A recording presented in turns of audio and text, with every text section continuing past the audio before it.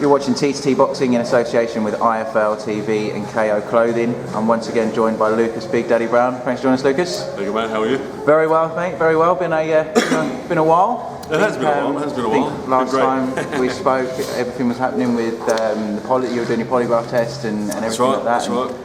Obviously, a few months down, ban's over and back in training. So, that's right, yes. How does it feel to be back in the gym with Rodney? It's awesome. Yeah, I've been over in Perth. My kids are over there. I live there now. So I have been training, but I've made sure I haven't done any pads and things like that because I didn't want to sort of lose or learn something different, so to speak. So yeah, I've been doing a lot of sparring, a lot of bag work, fitness, but it's definitely nice to get back and start doing the pads and just get back into the swing of things again, for sure. Start having someone else pushing you. Yeah, I was going to say, I'm probably cruising at sort of 70-80%, but yeah, I'm starting to get that push again. Yeah.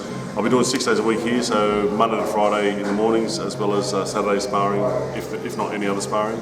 But there's a gym down the road at Rouse Hill called Next Level, and I'll be doing 4 days a week, 4 nights or afternoons a week. The strength and conditioning and speed work and all that sort of stuff. So something I didn't do last time. I did the 2 sessions, but the second session was myself. I just did it myself in the gym or whatever. Yeah. So I think this time step it up a little bit further, and I think the extra speed and power and everything else will come in the fight for sure. And so you mentioned obviously you want to do pads with anyone else, so because you got used to Rodney and having that rhythm and things like that. Yeah. Have you found? We were talking earlier, and you mentioned that last time round you were learning a lot with Rodney, and this time it's more sharpening those tools. So well and truly, yeah. How does that sort of feel in terms of coming back to that? I think before the fight last time it was about 12 weeks that we had the camp for, which was good. At least we knew who we were fighting and when and all that sort of stuff. But yeah, it was a lot of learning things like Rodney's way, and I was fully in with him on that way. But it was obviously getting my head around it and all that sort of stuff. I was 126 kilos also, but 12 weeks cut down to the 114, which is good. So this time around, I'm assuming, judging by what's being spoken about, I find out what's going on Twitter, as you can imagine. We're looking sort of December-ish. That's why I'm here now.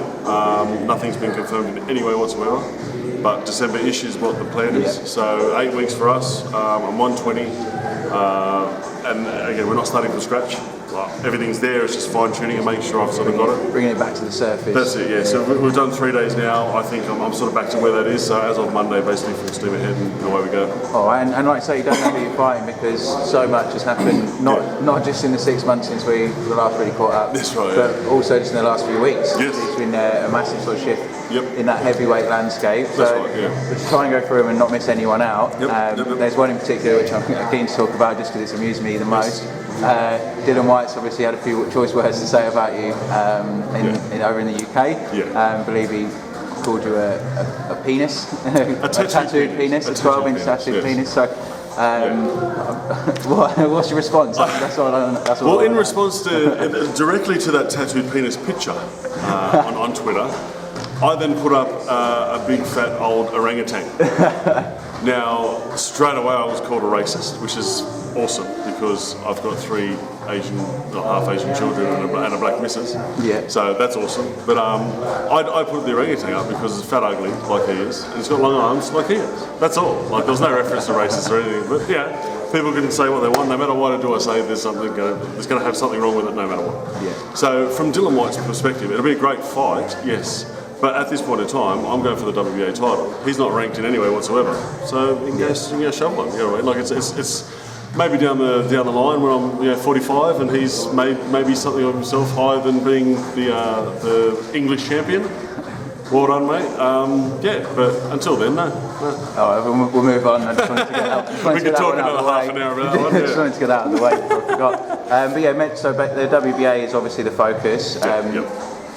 It's a bit of a weird situation in that Equendo was going to be a mandatory before the whole saga happened, and then it looked like that was going to be your first fight back anyway, so it kind of made no real difference. That's right. But it looks now like he's injured or not available. What's your sort of knowledge of the situation? Well, basically, from my point of view, I'm pretty much back into square one. So I'm still fighting Equendo, I'm still fighting for a vacant belt, so I'm sort of back to where I was before Shigeo. So it's the best of a bad situation, being vindicated and then sort of coming back after the 6-month ban anyway. So it's a bit of muchness, So I'd like to have gotten the belt back. That would have been nice. Or got it in the first got a belt. So I went through all the whole process and you look at my little thing at home and there's a belt missing. You know what I mean? So my sole focus at the moment is to get the belt that I earned already. So from my understanding, Aquendo is injured, but I have no confirmation as to why or not. So obviously there's other avenues we're looking at. Manuel Charr is one of them. He's I think 7th or 7th in WBA and just won a regional belt. So that'll bump him up again. Manuel Charr, you've got Aquendo, obviously Hayes shoot his mouth off. Again, I've heard nothing about fighting him, so he's saying he's fighting me possibly, but I've heard nothing. You've got Briggs in there, Ustinov as well. So Ortiz is fighting already, so he's ranked number 1, so he's out. Klitschko's obviously fighting Joshua, I'm assuming, so he's out. Next is Ustinov, Aquendo and myself, so it's one of those two, I'd assume. You know? We assume and we hope, but to say, and I hate an open workout, as I mentioned, a few sort of potential fights. It looks like he's not taking that Shannon Briggs fight after after all the chasing. That's right. So it looks like that's gone. But I think he's obviously been WBA champ before. He's well respected in that organisation, so I think there's definitely a chance of you two sort of meeting in the future. But for you, the main focus is just getting that belt. Yeah, well, Hayes obviously got some money backing and some pull because he's ranked extremely high in all 4 belts. And it's done nothing really. He's fought 2 guys, and very questionable fight. So he's got some pull and some money, put it that way. So I wouldn't be surprised if all of a sudden the WBA turn around and go, guess what, you're fighting Haye. I'd like to know if it's for the regular title or is it for the super title? Because I know they've already got rid of the interim. So Ortiz and Scott are fighting for the Intercontinental, which is the one I've already got, or had. So they've got rid of that, so there leaves the super and the regular. Now, if the best opportunity for them to get rid of the regular would be for me and sort of Ustinov, I'd say, who's next in line, to fight for the super, and take it from there. And go from there. Okay, and who else do you think in that landscape is sort of on your radar, sort of past that WBA fight? Obviously AJ and Klitschko, if that happens, it looks like it might be confirmed Monday, Tuesday, according to Eddie Hearn. How do you think that fight goes, first of all, actually? What are your thoughts on that? I personally think if Klitschko turns up like he should, because I don't think he really has for the last sort of 2, maybe 3 fights. And if the old sort of style Klitschko turns up and fights the way he does, I think AJ's going to be in a world of hurt, because I don't think AJ's chin is the best. It's not. Don't get me wrong. He's a great fighter, sensational fighter. He's doing excellent things for the sport and everything else. But Klitschko has that fact where he just keeps hitting the chin all night. So I think from that point of view, his defence is good against like reach and everything else. So I put it as Klitschko sort of late KO. It's a real sort of youth versus experience type fight. More so than even Fury Klitschko was, I think. 100%. The sort of contrasting styles between the two.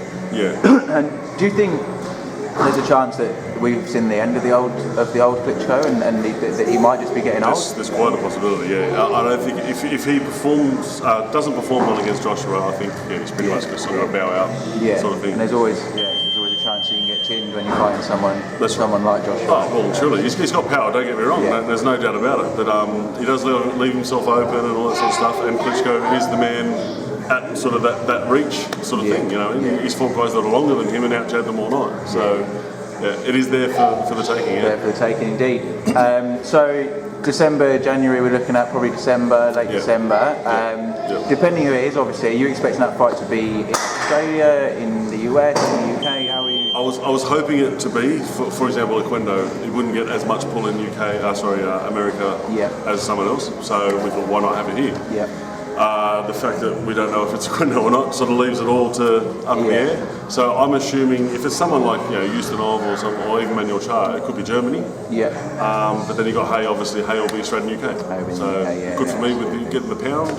So I don't mind. I've got a great following in UK, and thank you very much. Very appreciative of it. And like the UK is just blowing up for the heavyweights at the moment, for British heavyweights, but then also Lewis Ortiz is signing with Eddie Hearn last week, so another big move from them.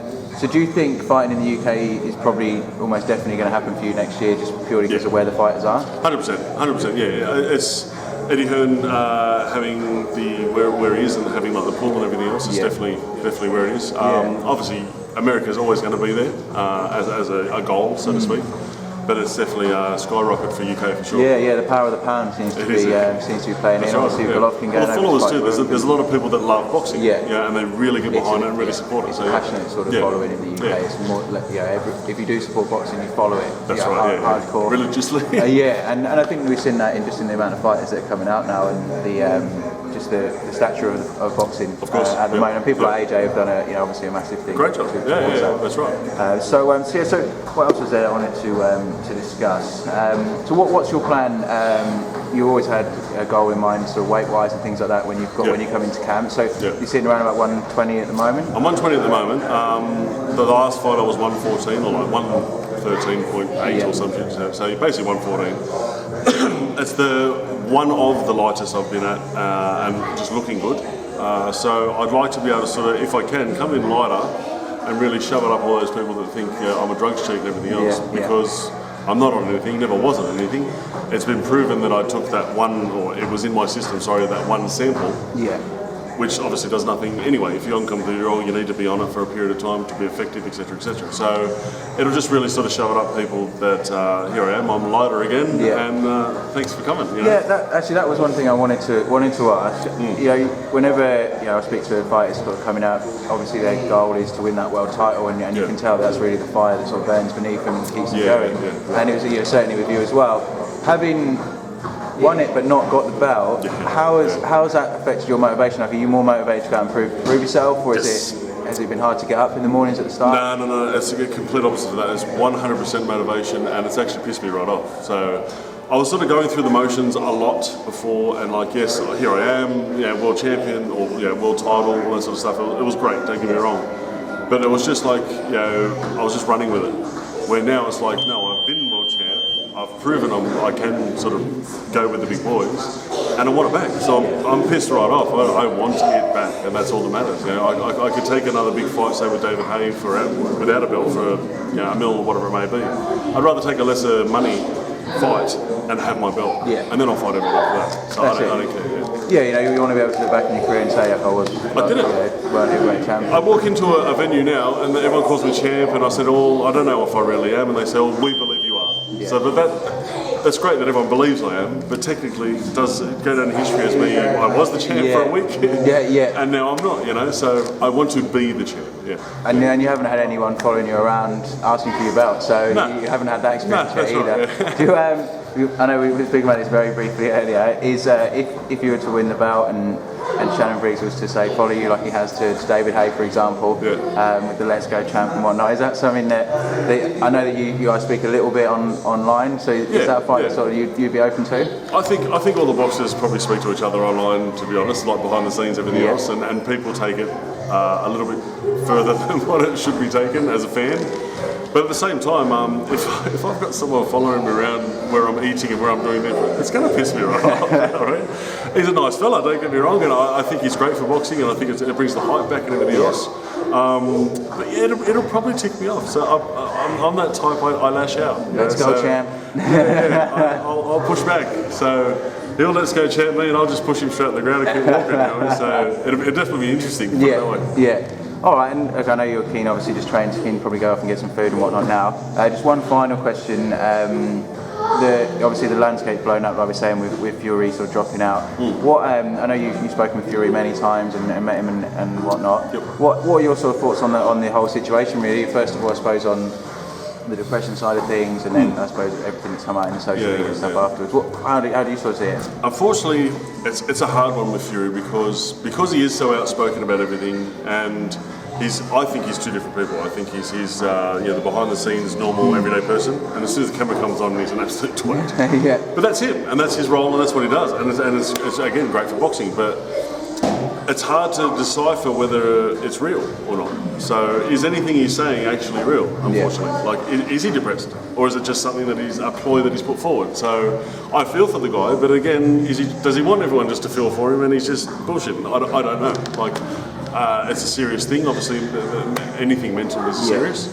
But again, is it real? I don't know. So yeah. Yeah, I think that's when it's a character like Tyson Fury. That's why it's hard. Exactly. And with if he'd broken his arm, you'd see it. And I think exactly. that's the big thing with depression is that so many people will. Yeah. You just don't know unless you're in someone's head. You don't know. And and I think on David Haye was saying you wouldn't turn down £6 million.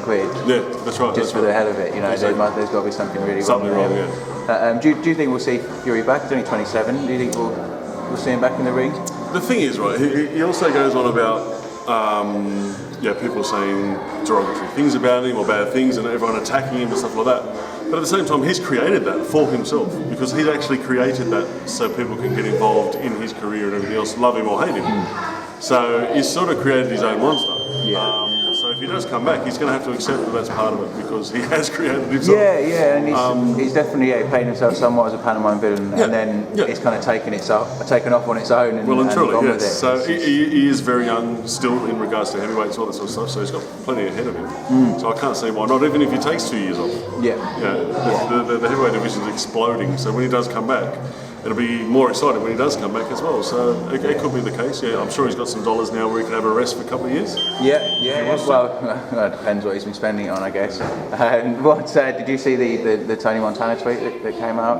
No, it's worth having a look at. It's quite an amusing response to the allegations. Okay. Look, I'll leave it there. I know we've got plenty of time to catch up over the next sort of 8 weeks as we lead in, hopefully, to a WBA title fight with Oquendo in Sydney or Melbourne. And it's just somewhere not too far away, so I don't have to fork out too much on the flights. Would be nice. Chechnya was a bit above my pay station. Next time we'll be there for sure. So I'll let you back. I won't be in Chechnya next time. You can be there. That's fine. I think they're going to struggle to get any more fights out there really after all of that. I read online last night that Fedor Emelianenko, famous MMA fighter, all the rest of it, his daughter was bashed because he said something about Kadyrov, and his daughter got belted and went hospitalised and all that sort of stuff. So it's just not nice. Like it's crap. It is crap. So the situation itself is wrong, and I just want to avoid that. I've been there, done that, and I'm going to try to avoid that as much as possible. Yeah. Actually, I'm going to keep trying to let you go. But on that, what would your thoughts be, say, on fighting away from home after this? Would you go in more wary of things, like even fighting in Germany or the UK? Is it something that you look at? Of course, it has to be. Again, there was no way I was going to take food and water and everything else for. It was 12 days or something. It was there. It just wasn't happening. I don't know how easy it would be to take that into Chechnya either. Exactly right, So, man, it is what it is. The way technology is and the way obviously people are and everything else, if it wants to get into my system, they'll get it in there somehow. It really is that easy to do it somehow. Very true. Someone said to me, you might have, did you go to a nightclub? You might have got jabbed when you were in the nightclub.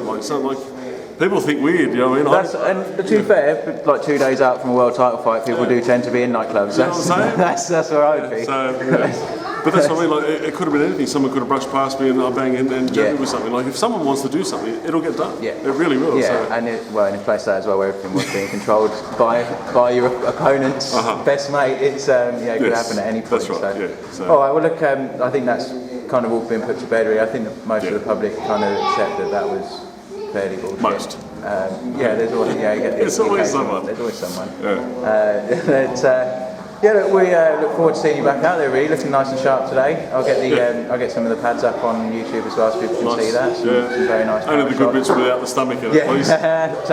taking Rodney off the ground with those body shots. Yeah, nice. He might need to put on some weight, I think, if you're going to keep hitting him like that. I think if we keep going like that, he's going to lose weight, to be honest. All right, perfect. Thanks a lot for your time, Lucas. As always, it's been an absolute pleasure, and we'll catch up you very soon. Thank you. Cheers, mate.